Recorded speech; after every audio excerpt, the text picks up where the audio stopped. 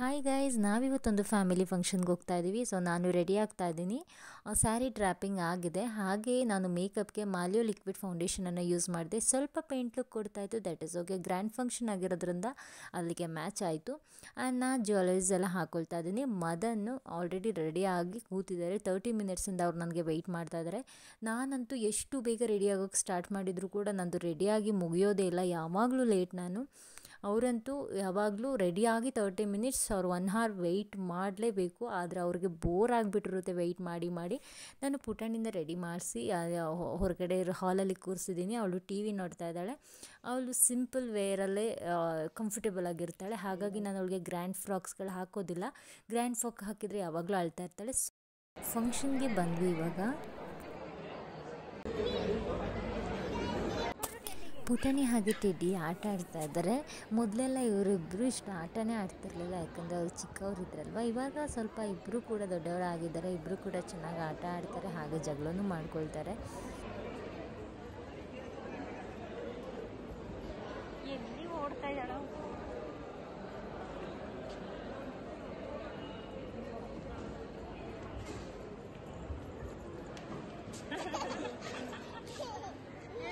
ನಾನು ಮೇಘ ಮಾತಾಡೋದು ನೋಡಿದ್ರೆ ಯಾರೋ ಅಂದ್ಕೋಬೇಕು ಇಷ್ಟೊಂದು ಸೀರಿಯಸ್ ಆಗಿ ಡಿಸ್ಕಸ್ ಮಾಡ್ತಿದ್ದಾರೆ ಅಂತ. ಬಟ್ ನಾವು ಯಾವಾಗಲೂ ಮಾತಾಡೋದು, ಅವರು ಟೆಡ್ಡಿ ಬಗ್ಗೆ ಹೇಳ್ತಾರೆ, ನಾನು ಪುಟಾಣಿ ಬಗ್ಗೆ ಹೇಳ್ತಾ ಇರ್ತೀನಿ. ಯಾವಾಗಲೂ ನಮ್ದು ಇದೇ ಮಾತಾಗಿರುತ್ತೆ. ಮದನ್ ಹೇಳ್ತಾ ಇರ್ತಾರೆ, ನೀವೇನು ಬರೀ ಇದನ್ನೇ ಮಾತಾಡ್ತೀರಾ ಅಂತ.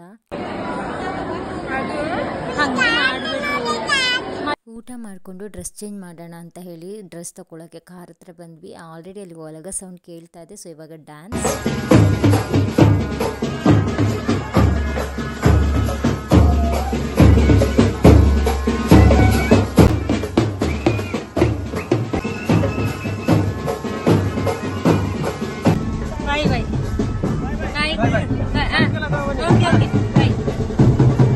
ಫಂಕ್ಷನ್ ಎಲ್ಲ ಮುಗಿಸ್ಕೊಂಡು ಇವಾಗ ವಾಪಸ್ ಹೋಗ್ತಾ ಇದೀವಿ ಮನೆಗೆ.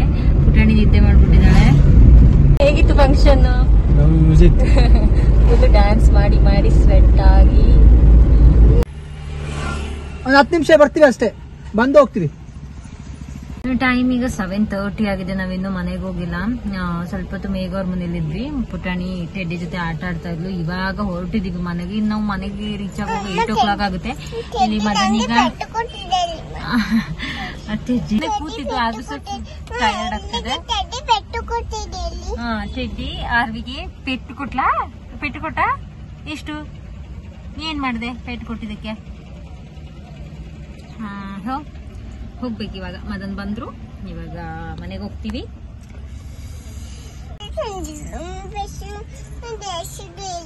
ಏನ್ ಹೇಳ್ಬೇಕು ಚಿನ್ನಮ್ಮ? ಪಾಪ ಓಕೆ. ಮದನ್ ಬ್ರಷ್ ತರಕ್ ಹೋಗಿದ್ದಾರೆ. ಆಮೇಲೆ ಏನೇನ್ ಹೇಳ್ಬೇಕು? ಯಾರಿಗೆ ತರಕ್ ಹೋಗಿದ್ದು ಅಂತ ಹೇಳ್ಬೇಕು?